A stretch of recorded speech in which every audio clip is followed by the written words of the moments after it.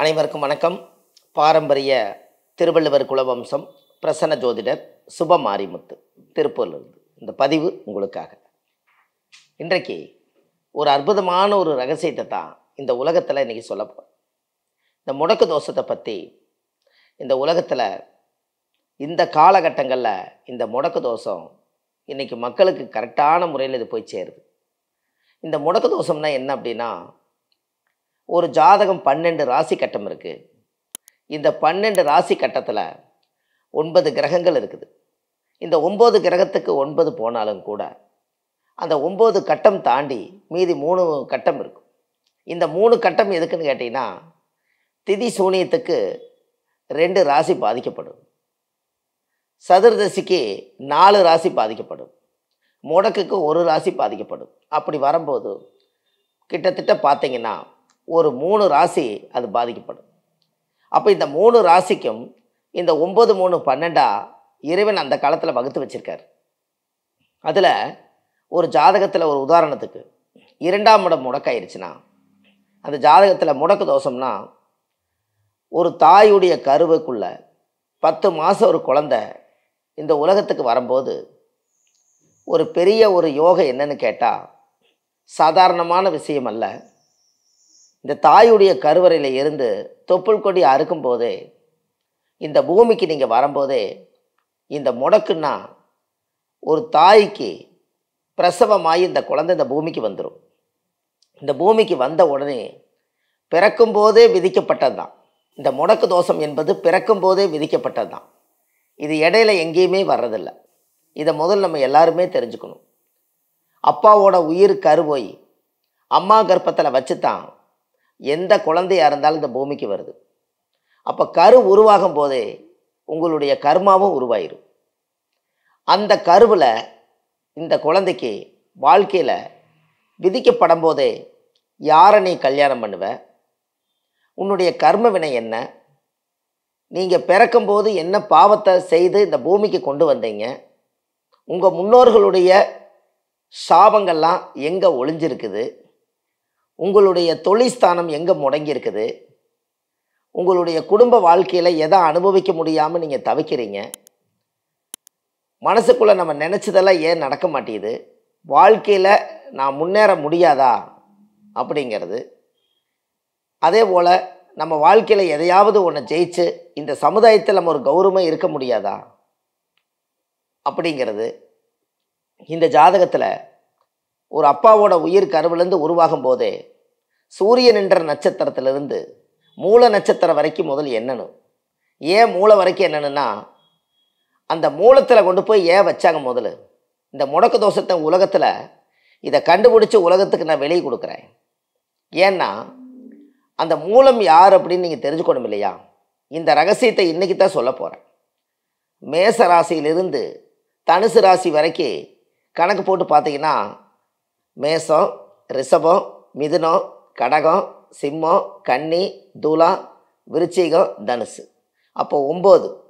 அப்போது ஒரு தந்தையுடைய ஸ்தானம் 9. அப்போது அப்பாவுடைய ஸ்தானத்தில் இருந்து தனுசு மூலம் ஏன் உருவாச்சுன்னா, அப்பாவோட உயிர் கருவிலேருந்து தான் அம்மா கர்ப்பத்துக்கு போய் ஒரு குழந்தை இந்த பூமிக்கு நல்லதோ கெட்டதோ இந்த பூமிக்கு அது வரணுங்கிற விதி முதல் தந்தை தான் மூலம். அதனால தான் 9ஆம் இடத்துல கொண்டுட்டு போய் காலச்சக்கரத்துக்கு 9ஆம் இடத்துல கொண்டுட்டு போய் அப்பா ஸ்தானத்தில் கொண்டு போய் மூல நட்சத்திரத்தை இறைவன் வச்சிருக்கார். இதை முதல்ல நம்ம எல்லாருமே தெரியணும். ஏன் மூல நட்சத்திரம் தனுசு ராசியில் வந்துச்சுன்னா, எது நீங்கள் கைவிட்டு எண்ணினாலும் மூல நட்சத்திரத்துலேருந்து அங்கிருந்து தான் வாழ்க்கையே அவங்களுக்கு ஆரம்பிக்குது. அதனால தான் அப்பாவுடைய ஸ்தான பலமே மூலம். இந்த மூலத்தில் இருந்து நீங்கள் எந்த ராசிக்கு எண்ணி போட்டாலும் அந்த முடக்கு ராசி எந்த ராசி வருதோ அந்த ராசியை அவங்க வாழ்நாள் முழுவதும் அங்கே தான் கர்மா ஒளிஞ்சிருக்கும். அந்த கர்மா ஒளிஞ்சிருக்கக்கூடிய ஒரு விஷயந்தான் இந்த முடக்கு தோஷம். இப்போ ஒரு உதாரணத்துக்கு ஜாதகத்துக்கு லக்னத்துக்கு 2ஆம் பாவம் முடங்கிருச்சுன்னா அந்த 2ஆம் இடம்ங்கிற பொருள் என்ன?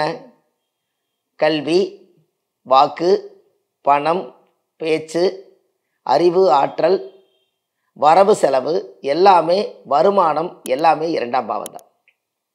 அப்போ இந்த 2ஆம் பாவம் கெட்டு போச்சுன்னா இதில் தான் உங்களுடைய போராட்டமே ஒளிஞ்சிருக்கும். அப்போ அந்த போராட்டத்திலிருந்து உங்கள் வாழ்க்கையில் நீங்கள் எங்கே ஜெயிக்க முடியும்னு சொல்லுங்கள். இதுதான் நம்ம தந்தைகிட்டேருந்து கொண்டு வந்த கர்மா. 3 கர்மம் இந்த உலகத்தில் இருக்குது. நீங்கள் பிறக்கும் போதே கொண்டு வந்த கர்ம வினை 1, அப்பாவுடைய வம்சாவளியிலிருந்து கரு உருவாகும் போதே கொண்டு வந்த கர்ம வினை 2, நாம் இந்த பூமிக்கு வந்து அறிஞ்சு அறியாமல் தெரிஞ்சு தெரியாமல் செய்த கர்மா 1, 3. இந்த முக்கர்மா சேர்ந்தது தான் ஊழ்வினை கர்மா. யாராக இருந்தாலும் இந்த கர்மாவுக்கு பதில் சொல்லாமல் இந்த பூமி விட்டு போக முடியாது. அதனால தான் நான் எல்லா சந்தோஷத்தோடு நான் வாழ்கிறேனுங்க, ஆனால் என்னோடய குழந்தை மட்டும் நிம்மதி இல்லாமல் இருக்குது அப்படின்னு பெரியவங்க சொல்கிறதுக்கும், திருமணமே ஆகாமல் இருந்தால் அவருக்கு ஒரு கல்யாணத்தை பண்ணி ஒரு மகாலட்சுமி நான் பார்த்துட்டேன்னா எனக்கு ஒரு ஆத்மா சாந்தி ஆயிருங்க.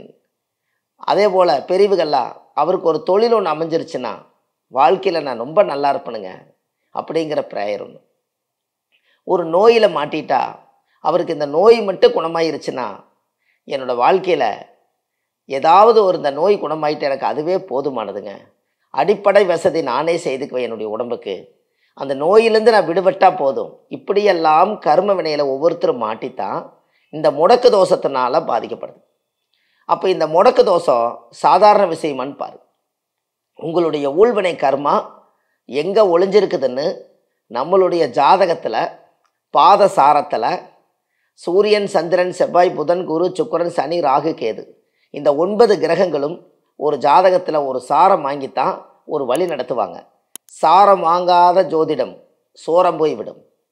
அப்போ அந்த சாரம் வாங்கினா தான் அந்த சோரம் இருக்கா இல்லையாங்கிறத கண்டுபிடிக்க முடியும். அதில் முதல் தந்தையுடைய நட்சத்திரம் சூரியன் என்ற நட்சத்திரம் தான்.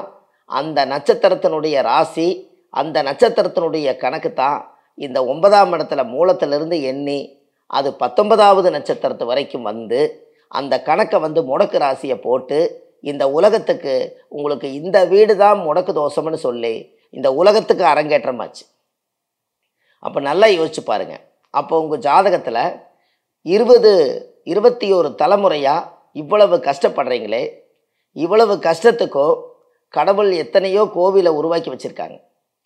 மனிதர்களால் மகிமைப்படுத்தி முன்னோர்களுடைய ஆசீர்வாதத்தெல்லாம் கோயிலை கட்டி வாழ்நாள் முழுவதும் 18 சித்தர்களும் ரிஷிமார்களும் முன்னோர்களும் எல்லாம் சேர்ந்து உருவாக்கி இந்த ஜாதகத்தில் எங்கெங்கே எல்லாம் உங்களுக்கு ஜாதகத்தில் தோஷங்கள் கர்மவினை ஒளிஞ்சிருக்குதோ அதுக்கு நீங்கள் பயப்படவே வேண்டாம். நிச்சயமாக கடவுள் ஒரு நாள் உங்களை வந்து நல்லது செஞ்சே தீர்வார். லக்கணத்துக்கு 11ஆம் பாவம் முடக்கு தோஷம் இருந்தால் உங்கள் ஜாதகத்தில் 11ஆம் இடம் என்பது யார்? 11ஆம் இடம் என்பது லாபஸ்தானம். உங்களுக்கு நேர் மூத்தவர் வந்து 11ஆம் பாவம். இந்த 11ஆம் பாவம் ஒரு ஜாதகத்தில் இருந்துச்சுன்னா 11ஆம் இடம் என்பது லாபஸ்தானம். லாபம் முதல்ல எப்படி வரும்? உழைச்சாத்தான் வரும், சம்பாரிச்சாத்தான் வரும், அதை மிச்சப்படுத்தினா தான் வரும். இதெல்லாம் லாபம் வரணும். நான் சொல்லுவாங்க, நான் பாடுபடுறேங்க, நிறைய கொள்முதல் போட்டிருக்கேன், நிறைய பணங்காசு இதில் போட்டிருக்கேன், ஆனால் லாபமே வர்றதில்லை. வருஷ கணக்கும் பார்த்தேன், மாத கணக்கும் பார்த்தேன், தின கணக்கும் பார்த்தேன், எனக்கு லாபமே வரலைம்பாங்க. பிரச்சனை எங்கே இருக்குன்னா அங்கே இல்லை, கடையில் இல்லை, தொழில் இல்லை. இவருக்கு லக்கணத்துக்கு 11ஆம் பாவம் முடங்கிருச்சுன்னா மூத்தவரோட ஜாயின் பண்ணி தொழில் பண்ணாங்க கூட அதுவும் கட்டாயம். சொந்த தொழில் செய்யலான்னு நினச்சி லாபம் வரட்டுன்னு பெருசாக இன்வெஸ்ட்மெண்ட் போட்டு வட்டி கட்ட முடியாமல் கடனாளியாகி அதை விற்று போடுவாங்க. அப்போ கடைசியில் லாபம் முடங்கிருச்சுன்னா எத்தனை நாளைக்கு நீங்கள் பொறுத்துக்குவீங்க, எத்தனை நாளைக்கு வெளியில் வாங்கி போடுவீங்க? இது எல்லாம் தான் ஜாதகத்தில் வந்து 11ஆம் இடம் முடக்கு. அப்போ இந்த முடக்கு தோஷம் உங்கள் லக்கணத்துக்கு இது எத்தனாம் பாவம்னு முதல்ல கண்டுபிடிங்க. அந்த லக்கணத்துக்கு அந்த 11ஆம் பாவம் முடக்கு தோஷம் இருந்தால் அந்த முடக்கு தோஷத்துக்கு அதிபதி யார், அந்த வீடு என்ன ராசி வீடு, அந்த வீட்டுக்கு அதிபதி யார், அது எந்த நட்சத்திர சாரம் வாங்கியிருக்குது, அந்த சாரத்தினால் வந்து எந்த கோயிலுக்கு போனால் அந்த முடக்கு தோஷ கோயில் எங்கே இருக்குது, தமிழ்நாட்டுக்குள்ளே அந்த கோவிலுடைய வரலாறு என்ன, இது எல்லாம் கண்டுபிடிச்சி நீங்கள் அந்த கோயிலுக்கே போய் சாமிக்கு தேங்காய் பழம் பூ மாலை கல்கண்டு வாங்கி அர்ச்சனை பண்ணி அந்த கோவிலில் போய் மனசார என்னுடைய ஜாதகத்தில் இருக்கிற முடக்கு தோசை நிவர்த்தி ஆகட்டுன்னு உங்கள் ஜாதகத்தை எடுத்துகிட்டு போய் சாமிக்கிட்ட வச்சு பூஜை பண்ணி கும்பிட்டு வந்துட்டிங்கன்னா அன்னையோடு உங்கள் ஜாதகத்தில் இருக்கக்கூடிய முடக்கு தோஷம் 11ஆம் இடம் முடக்கு நிவர்த்தி ஆகிடும். அதுக்கப்புறம் நீங்கள் நல்ல லாபம் சம்பாதிப்பீங்க. மூத்தவருடைய சப்போர்ட் எப்போதும் இருக்கும்.